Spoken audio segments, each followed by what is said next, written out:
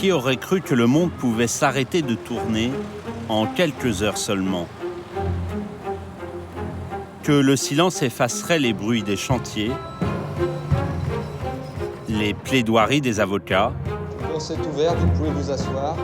les chants des stades et même les notes de musique. Le début du confinement, le début du virus, il y avait cette pression qui était là, cette peur, cette angoisse, entre guillemets, d'ennemis invisibles. This disease could kill you. If you're old, if you have underlying conditions, it's devastating. La priorité, c'est la santé de nos collaborateurs. Il n'y a pas d'équivoque là-dessus. Comment les femmes et les hommes du groupe Bouygues ont-ils fait face à cette épidémie mondiale? Comment maintenant on va reprendre l'activité? Et on s'est dit, ce qu'il nous faut, c'est avant tout des équipements de protection individuelle. Donc il nous faut des masques et du gel. On a le sentiment de la vulnérabilité, donc ça veut dire qu'il faut ne jamais oublier de préparer l'avenir.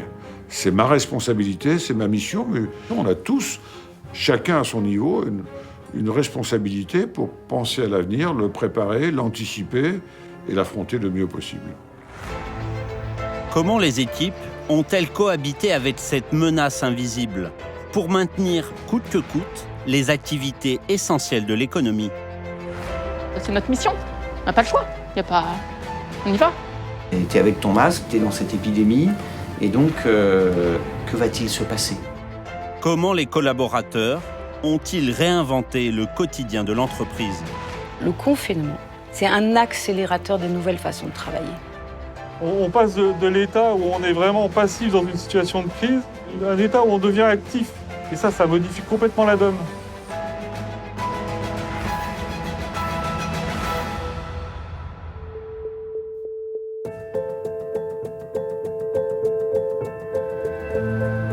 Ce lundi 16 mars 2020, dans le 13e arrondissement de Paris, Sandra Ao va vivre une journée historique, à jamais gravée dans sa mémoire. À 31 ans, elle conduit alors son deuxième chantier de rénovation au sein de l'entreprise Bouygues Construction.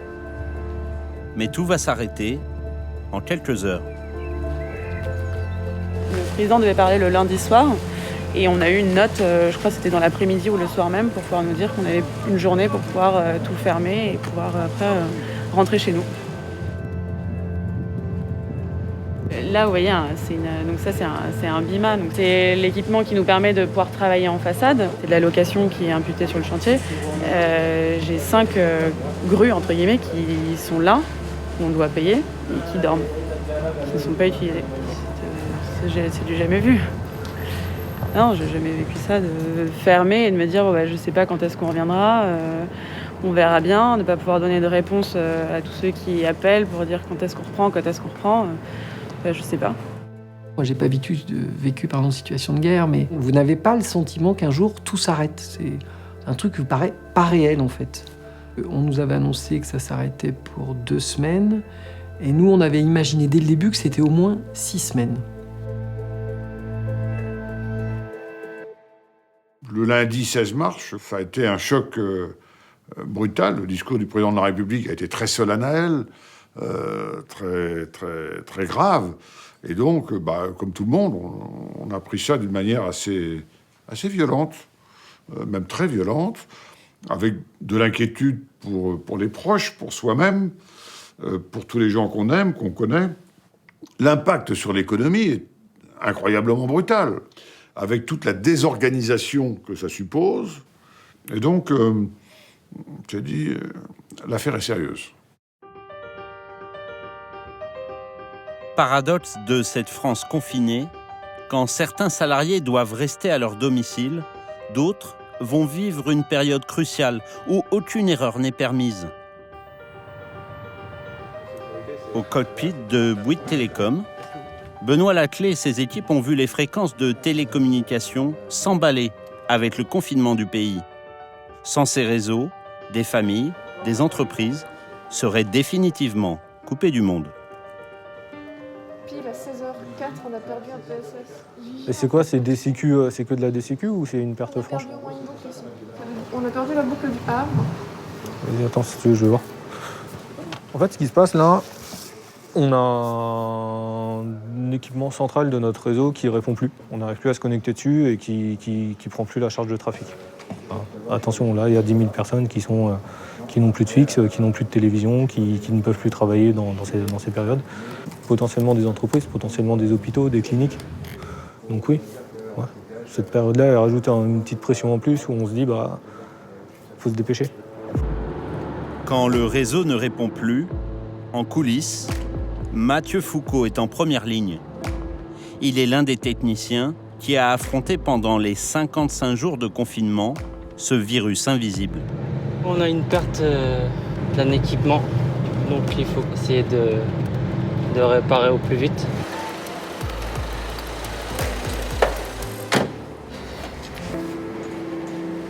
Vu la période,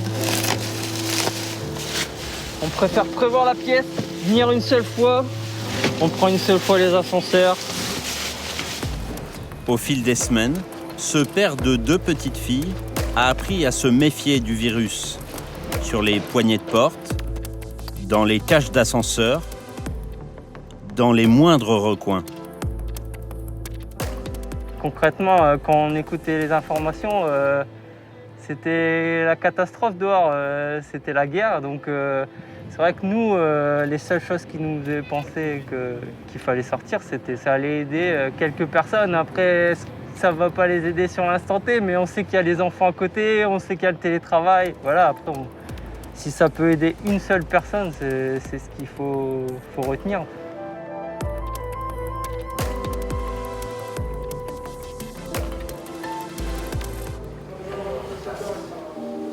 On ne savait pas trop au début, parce que c'était extrêmement grave, pas grave et tout, etc. Il y avait ce genre de questions qui émanaient de tous les collaborateurs. Est-ce que c'est vraiment utile d'être ici ? Au final, donc, on s'est dit que ça valait le coup quand même, qu'on était important dans le réseau, que justement on pouvait apporter quelque chose à tous nos clients pendant cette période. Avoir peur de tomber malade, avoir peur aussi de transmettre le virus sans déroger à sa mission.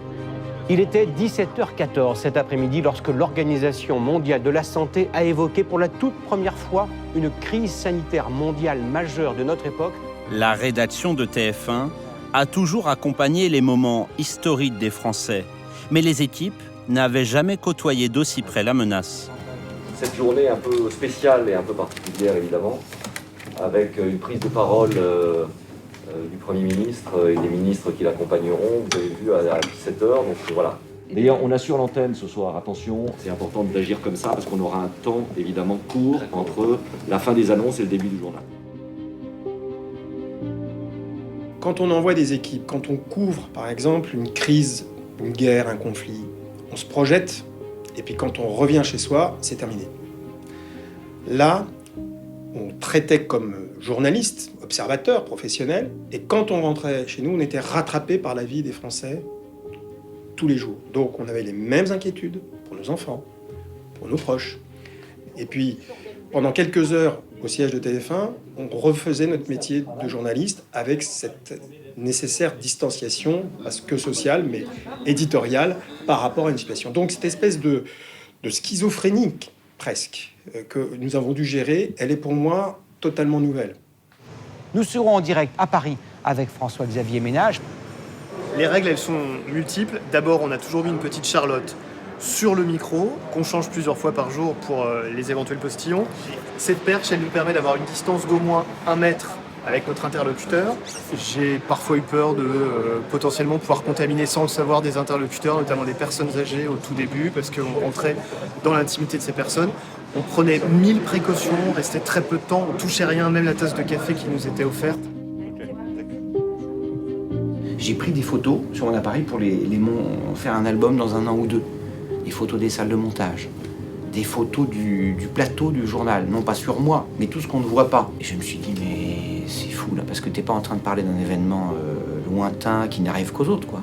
Eux, c'est toi c'est eux. C'est-à-dire que je me suis dit, t'es avec ton masque, t'es dans cette épidémie.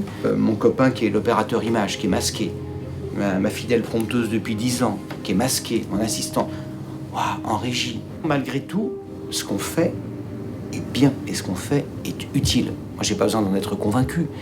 Mais la petite musique, y compris dans la génération de mes enfants, qui disent oh, les journaux télévisés, la presse écrite, la radio, c'est tellement old school ça, on s'en fout, on peut vivre sans. On peut pas vivre sans. C'est pas possible d'être uniquement stimulé par les réseaux sociaux, le tweet de un tel, c'est pas possible.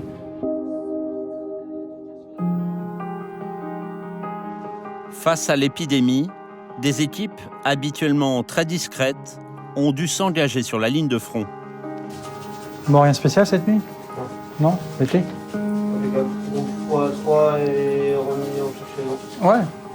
Bon, bah c'est bien. Au CHU de Caen-Normandie, les équipes de Xavier Charrier, habituellement chargées de la maintenance, ont dû redoubler de vigilance pendant cette crise. On sentait une atmosphère différente. Les soignants, comme nous, ils étaient sous pression. La vague arrivait, ils étaient au front.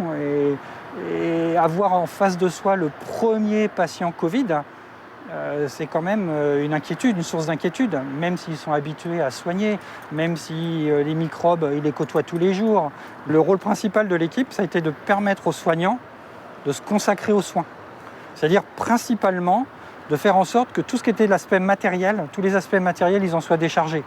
Donc vérifier que les appels malades fonctionnent, vérifier que les portes fonctionnent, sécuriser les locaux pour ne pas qu'ils se fassent voler leur gel, leur masque. Certains détails peuvent faire la différence.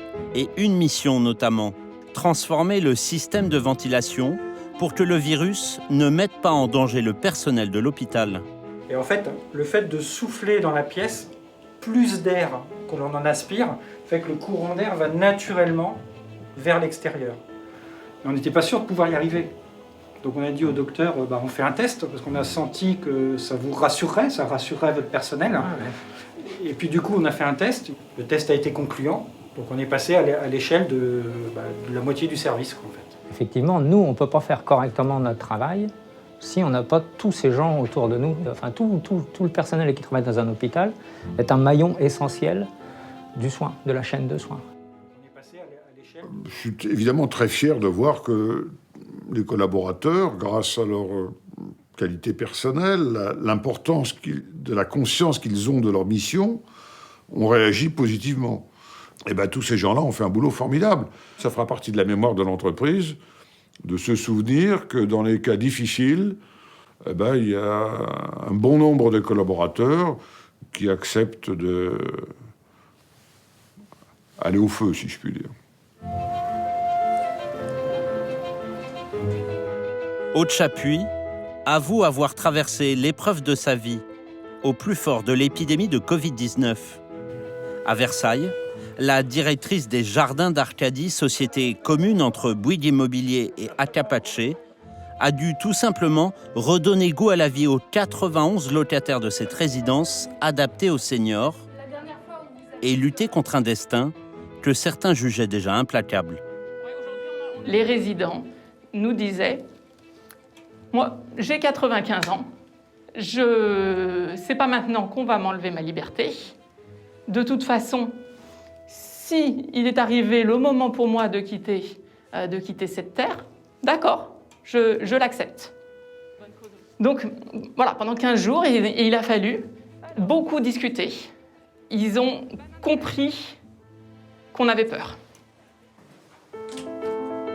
Monsieur Le Cerf, comment ça va? Madame la Présidente. Tout va bien? Tout va bien. Est-ce que vous nous permettez d'entrer un peu dans... Rentrer à la maison et d'avoir la famille qui a peur et qui l'exprime et qui vous dit le matin, maman, chérie, tu fais bien attention à toi, hein, mais c'est notre mission. On n'a pas le choix. On y va, il va falloir que vous l'acceptiez.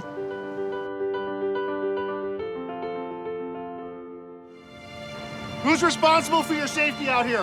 We are. That's right. It's not anybody else, it's on you. Take care of yourself out here, okay? Is there anything out here worth losing your life or getting hurt over? Absolutely not. We do not take shortcuts. We treat everyone like family. We watch each other like family. Okay? Au plus fort de l'épidémie, quelques bonnes nouvelles laissent entrevoir une éclaircie.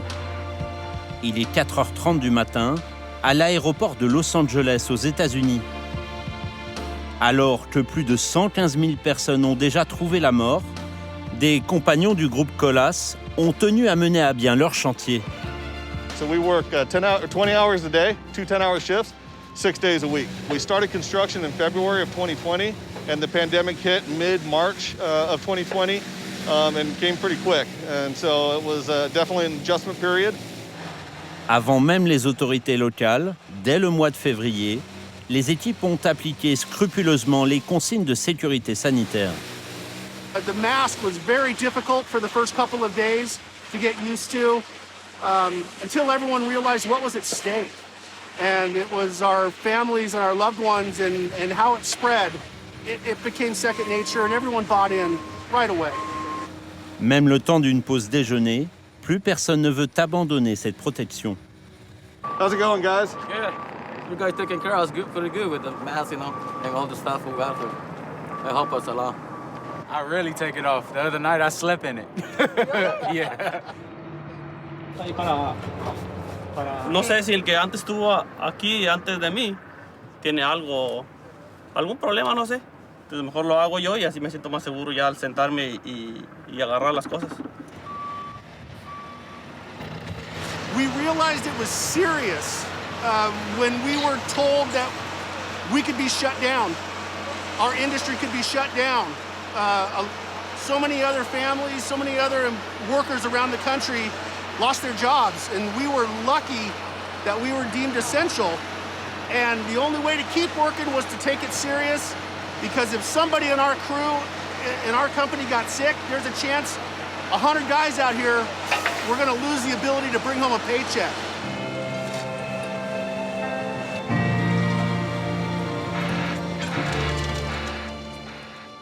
Je vais vous dire, quand on est agressé, que ce soit par des ennemis militaires ou par des virus, on doit se battre.